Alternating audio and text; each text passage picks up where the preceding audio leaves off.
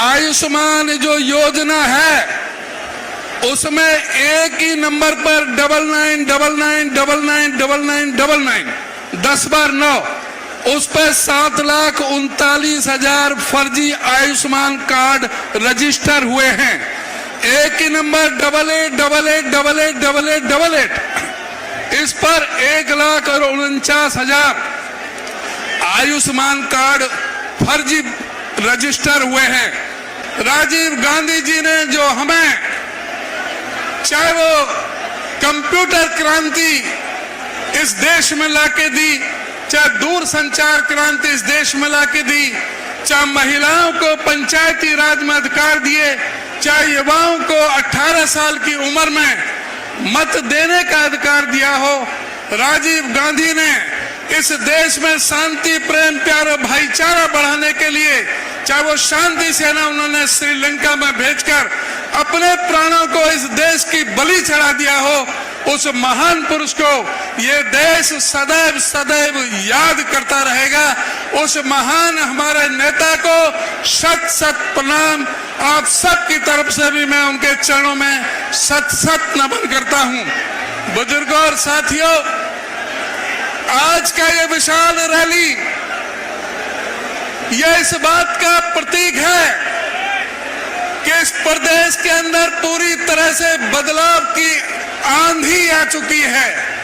आज प्रदेश में भारतीय जनता पार्टी और जजपा की जो सरकार चल रही है, जिसके खिलाफ हम विपक्ष आपके समक्ष ये 9वां कार्यक्रम कर रहे हैं, लेकिन जो लाखों लाखों की जो ये भीड़ और जो 20-20 किलोमीटर तक जो जाम लगे हुए हैं, वो इस बात का प्रतीक है कि ये विपक्ष आपके समक्ष अब विकल्प आपके समक्ष के रूप में परिवर्तित हो चुका है और पूरे प्रदेश में कांग्रेस पार्टी की आंधी आ चुकी है।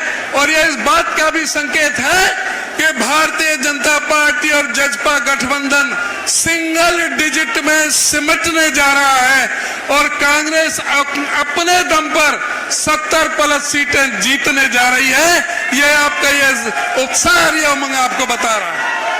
साथियों, ये 9.5 साल इस शासन को हो गए हैं। आज इसकी समीक्षा करने की, इसको तराजू पर तोलने का भी समय आ गया है। आज आवश्यकता है कि इनके बारे में बताया जाए जनता के बीच में। जिस तरह से इस मोदी सरकार ने प्रदेश को हमें धोखे में रखा, आज वो किस कसौटी पर खरे उतरे हैं। इन्होंने कहा था कि किसान की आमदनी 2022 तक दुगना कर देंगे। इन्होंने कहा था कि हर साल 2 करोड़ नौकरी लगा देंगे। इन्होंने कहा था कि 15 लाख रुपए हर घर में आ जाएंगे। इन्होंने कहा था कि 100 दिन के अंदर महंगाई कम हो जाएगी। इन्होंने कहा था कि 100 दिन के अंदर जो काला धन है वो देश के अंदर आ जाएगा। नरेंद्र मोदी ने कहा था कि जो हवाई चप्पल में चलते हैं वो हवाई जहाज में चलने का काम करेंगे। आज क्या इनसे क्या मांगने, इनसे क्या जवाब मांगने की आवश्यकता नहीं है कि आज महंगाई कहां पर है। आज राहुल गांधी ने इनके भ्रष्टाचार को जब उजागर किया, राहुल गांधी ने इनको लोकसभा में ललकारा कि बताइए कि तुम्हारे पास अदानी से क्या रिश्ता है। इनके पास कोई जवाब नहीं था। राहुल गांधी ने इन सारे मुद्दों को जनता में लेकर गए। राहुल गांधी ने इस देश के अंदर जो हमारे भाईचारे को धर्म और मजहब के नाम से, जो जात बरादरी के नाम से लड़ाना चाहते थे, उनको बेनकाब करने का काम किया। आज ये वही काम कर रहे हैं। आज दोबारा से देश को लड़ाने के जा रहे हैं। आज नरेंद्र मोदी पार्लियामेंट में कहते हैं कि मेरी स्कैम फ्री, घोटाला फ्री सरकार है। अभी 3 दिन पहले कैग की रिपोर्ट आई है, controller auditor general of India की, जो सरकार की एजेंसी है ऑडिट करने की। उन्होंने कहा है कि आयुष्मान जो योजना है उसमें एक ही नंबर पर 9999999999 10 बार 9, उस पर 7,39,000 फर्जी आयुष्मान कार्ड रजिस्टर हुए हैं। एक ही नंबर 88888888, इस पर 1,49,000 आयुष्मान कार्ड फर्जी रजिस्टर हुए हैं। इसी तरह से 9 के बाद में 9 बार 00000, इस पर 96,000 फर्जी रजिस्टर हुए हैं। कुल मिलाकर के 9,85,000 आयुष्मान कार्ड फर्जी रजिस्टर्ड हुए हैं। उन लोगों के नाम रजिस्टर किए गए हैं जो पहले ही इलाज से पहले मर चुके थे, या उन लोगों के नाम रजिस्टर किए हुए जो कई अस्पतालों में भर्ती थे। हमारे हरियाणा प्रदेश में ही 4,121 कार्ड फर्जी हैं।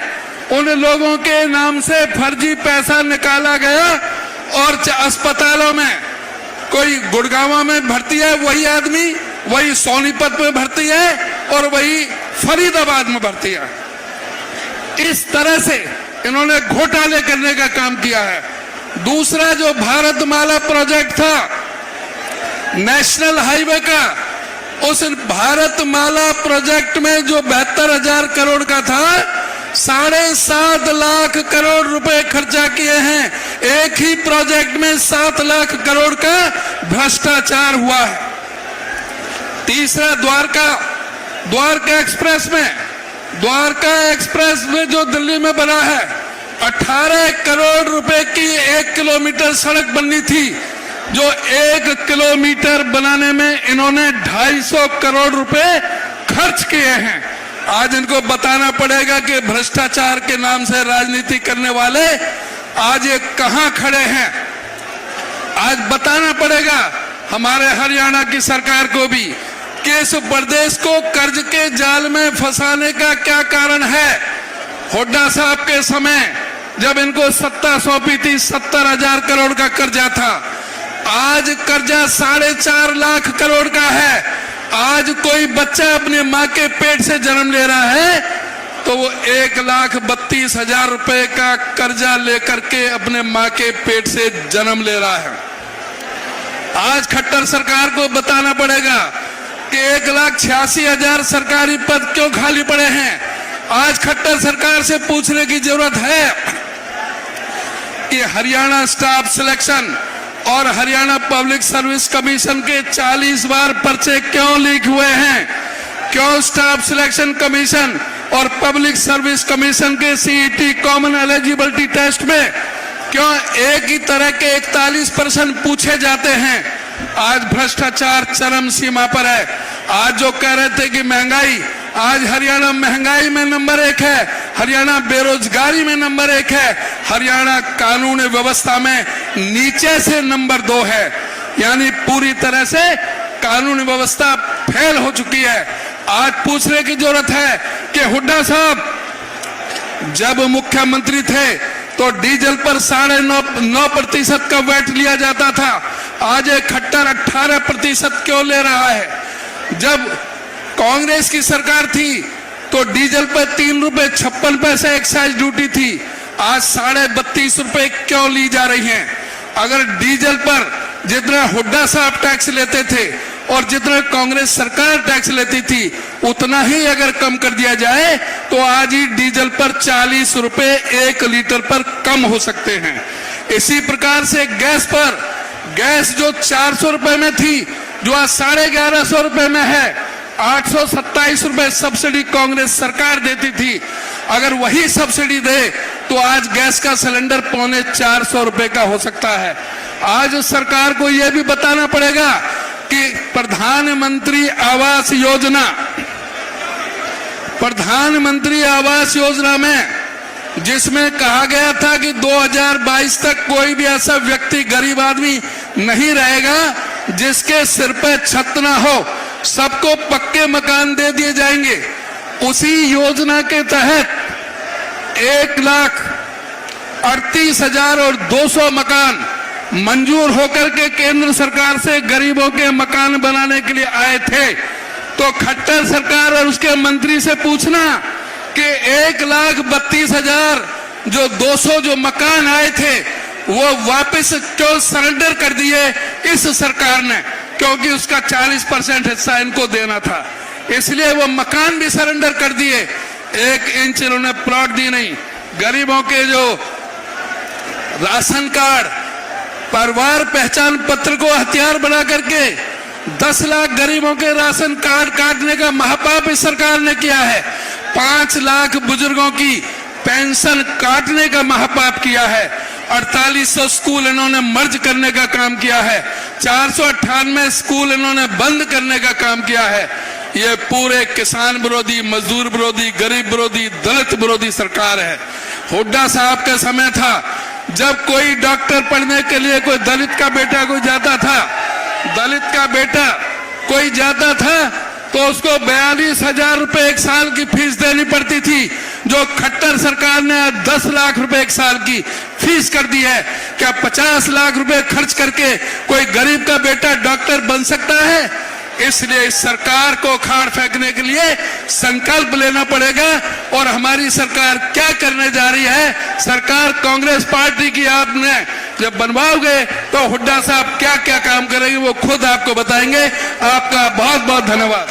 20 अगस्त है और जैसा सबने बताया, आज श्री हमारे पूर्व प्रधानमंत्री राजीव गांधी जी की जयंती है और ये जयंती सारा देश मना रहा है। क्यों? किस नाम से? सद्भावना के नाम से। आज सद्भावना दिवस पर मैं आप सबको हार्दिक बधाई देता हूं। जो सपना राजीव गांधी जी ने 21वीं सदी में देखा था वो आपके सामने है, लेकिन उन्होंने साथ साथ ये भी कहा था हम आगे जब भी बढ़ सकते हैं जब सद्भावना होगी। सारे धर्म जाति सब एक मिलकर आगे हम तरक्की करेंगे, जब हमारा देश आगे जाएगा। तो आज उस अवसर पर आप यहाँ आए, उस बात के लिए मैं आपका बहुत बहुत धन्यवाद करता हूँ। भाई देखो, आज इतनी भीड़ देखकर, और यहाँ पर जो सामने खड़े हैं, मैं तो रास्ते से आया हूँ, चारों तरफ कई किलोमीटर के जाम लगे हुए हैं, लोग पहुंच भी नहीं सकते, इससे कई गुना।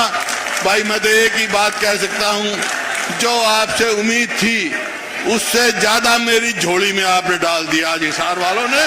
बहुत आज मैं कोई आपसे वोट मांगने नहीं आया हूं, मैं तो आपकी बात सुनने आया हूं।